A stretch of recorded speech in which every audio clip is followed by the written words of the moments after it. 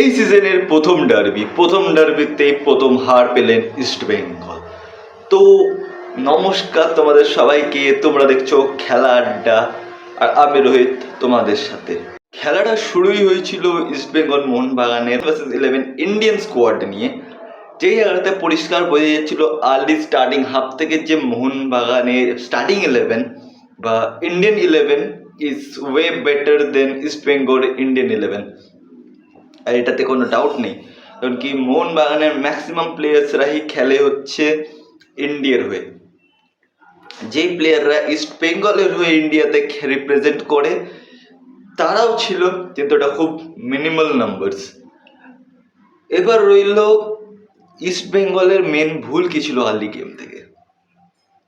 দেখুন, ইস্ট বেঙ্গলের starting phase এখন যাদেরকে নামিয়েছে তাদের মধ্যে ইনএক্সপিরিয়েন্সড প্লেয়ার্স ছিল। ওর মধ্যে আনোয়ার আলীর সাথে একটা সেন্টার ব্যাক পেয়ার করা হয়েছিল যে নতুন নামেছে ডার্বির মতো ম্যাচে। তার উপরে আমাদের মাঝখানে রোহিত দানু আর একটা রোহিত ছিল, দুটো রোহিত ছিল। ওই দুটো রোহিতও ডার্বি খেলেনি কখনো, ওদেরও ফার্স্ট ডার্বি। তো ডার্বি ওয়াইজ যদি খেলাটা দেখে থাকি, এটা একটা ইনএক্সপিরিয়েন্স ভার্সেস এক্সপিরিয়েন্স ডার্বি ছিল। ওইদিকে ডেভিড লালান সাঙ্গাকে প্রপারলি পকেট করে রেখেছিল, একদম ক্লিয়ার পকেটে ছিল, কারণ মেহতাব খুব ভালো সেন্টার ব্যাক আর উনি এক্সপিরিয়েন্স রাখে। উনি ইস্ট বেঙ্গলের হয়েও খেলে গেছেন, উনি মোহনবাগানের হয়েও খেলে গেছে, মানে খেলছেন এখনও, ঠিক আছে। তো সে এক্সপিরিয়েন্স রাখে। এদিক দিয়ে ইস্ট বেঙ্গলের স্কোয়াডে হালকা হয়ে গেছে, বহুত হালকা হয়ে গেছে। অলদো অ্যাটাকিং ভালো হয়েছে ইস্ট বেঙ্গলের, সব থেকে বেশি সেভ করেছে Vishal Kaith, one of the best goalkeeper, ঠিক আছে। তো ওটাতে কোনো অসুবিধা নেই। বলতে পারা যায় প্রভসুকেন সিং গিল বেশি চ্যালেঞ্জ ফেস করেনি যত না বিশাল ক্যাথ ফেস করেছে। অলদো কপাল খারাপ বা ভুল যাই বলবেন, ওটা দিয়ে একটা গোল কনসিড করলো। তারপর থেকে প্রপারলি মোহনবাগান চলে গেল ডিফেন্সিভ ফরম্যাটে। আমি আর্লি স্টেজ, এখনও কিছু বলা যাবে না, এখনও সদ্য খেলা চালু হয়েছে। ইস্ট বেঙ্গলের এখন সেই একটা জিনিসই আবার পাওয়া যাচ্ছে, যেই জিনিসটা আইএসএল জেতার আগে পর্যন্ত ছিল, স্ট্রাইকারের অভাব। ইউসুফ এজেজারিকে ছেড়ে দিয়েছে কিনা আমি জানি না। আমি রীতিমতো ভিডিও করাই বন্ধ করে দিয়েছিলাম, অনেক দিন হয়ে গেছে, কারণ যেই টিমটা আপনাকে কাপ জেতাচ্ছে এত বছর পর, আর ওটা এমন না যে আমি 3 বছর 4 বছর পর কাপ জিতছি, ওটা নর্মাল। 22 বছর পর একটা কোচ এসে একটা টিমকে কাপ জেতাচ্ছে। কোচকে আমি বের করে দিলাম, কোচের জায়গা আমার পছন্দ হলো না, আমি অন্য একটা কোচ এনেছি। ওকে, ফুটবলে এটা চলে, ফুটবলে ইভেনচুয়ালি অস্কার ব্রুজনও রেডি ছিল না থাকতে, আমি এটাতেও কোনো অসুবিধা নেই। যে আমার অসুবিধা হচ্ছে এখানে যেই জিনিসটা ভাঙেনি সেটাকে রিবিল্ড করার দরকার কেন। ইস্ট বেঙ্গলের সেন্টার ব্যাকস ভালো পেয়ারিং হয়ে গেছিলো, আমাদের শুধু সাইড ব্যাক লাগতো আর একটা। ওখানে সেন্টার ব্যাক কেভিন সিভিলিকে ছেড়ে দেওয়ার কোনো মানে হয় না। সেকেন্ড জিনিস হচ্ছে ইস্ট বেঙ্গলের মাঝমাঠে প্লেয়ার লাগতো, কিন্তু প্লে মেকারেও লাগতো, আর প্লে মেকার আমাদের কাছে অ্যাভেলেবেল ছিল অলরেডি। তো জানি না কেন প্লে মেকারটাকে চেঞ্জ করার কি দরকার ছিল। সে হচ্ছে মিগুয়েল ফিগুয়েরা। দেখুন, আমি এটা বলছি না যে মোহনবাগানে গেছে বলে, আমার কথা হচ্ছে এটাই যে জিনিসটা নষ্ট হয়নি সেটাকে আবার গড়ার কি দরকার। তো আমি ইমপ্রুভ করতে হলে আমি মিগুয়েল ফিগুয়েরাকে রেখে ক্রেসপোর পরিবর্তন আমি একটা প্লেয়ারকে ইনপুট করছি। মানা যায় যে ঠিক আছে, ক্রেসপোর বয়স হয়েছে, ক্রেসপোকে চেঞ্জ করলাম, ঠিক আছে, আমি অ্যাকসেপ্ট করছি ওটা। মোহাম্মদ রশিদ রয়েছে, ভালো সিডিএম পেয়েছি, আমি happy.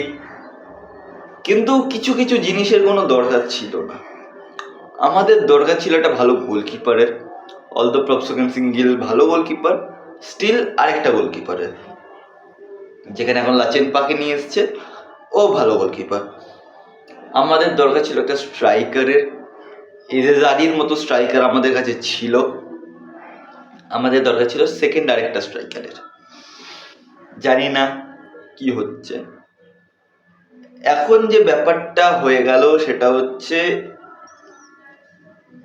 Antonio Lopez Habas, one of the best coach in India অথবা ইন ফুটবল ইন ইন্ডিয়া, ঠিক আছে।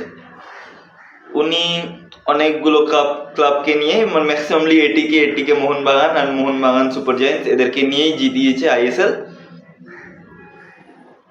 এবার ওদের এসছে রাইভেল মানে ইস্ট বেঙ্গলের কাছে।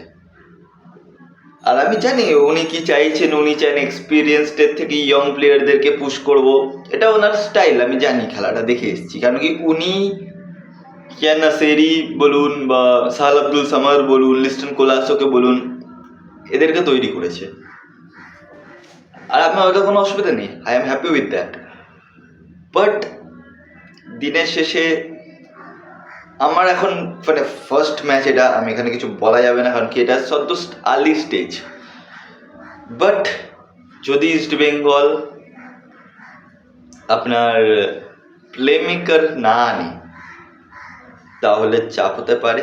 যে সেন্টার ব্যাকের সাথে স্ট্রাইকারটাকে জুড়বে ওরম একটাই প্লেয়ার আমাদের লাগবে, যেটা আমাদের ছিল আগে মিগুয়েল ফিগুয়েরা।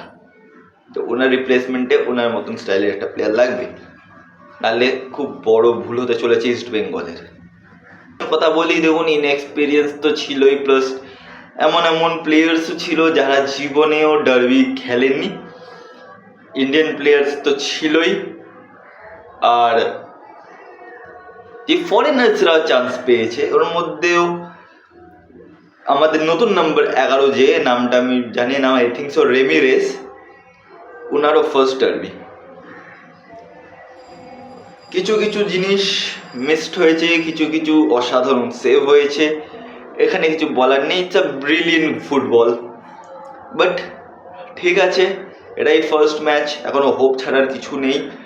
ডুরেন্ট কাপের গ্রুপ স্টেজের ফার্স্ট ম্যাচ, এটাতে হয়তো আমরা টেবিল টপার হতে পারতাম বা সেকেন্ড প্লেস অর্জন করেছি আপাতত, ওখানে কোনো ভাবার ব্যাপার নেই, যা হয় ভালোর জন্য হয়। আর দেখা যাক এই ডুরেন্ট কাপটা তুলতে পারি নাকি, এই আশা নিয়েই ভিডিওটা আমি আজকে শেষ করলাম। তোমরা কমেন্টে জানিও ইস্ট বেঙ্গলের মেন ভুলটা কি হয়েছে, থাকলে ভালো হতো। তো ভিডিওটা ভালো লেগে থাকলে ভিডিওটাকে লাইক করতে বলো না, চ্যানেলটাকে নিচে সাবস্ক্রাইবের বাটন আছে ওটাকে করতে বলো না। তো দেখা হচ্ছে পরবর্তী ভিডিওতে, ততক্ষণের জন্য ধন্যবাদ।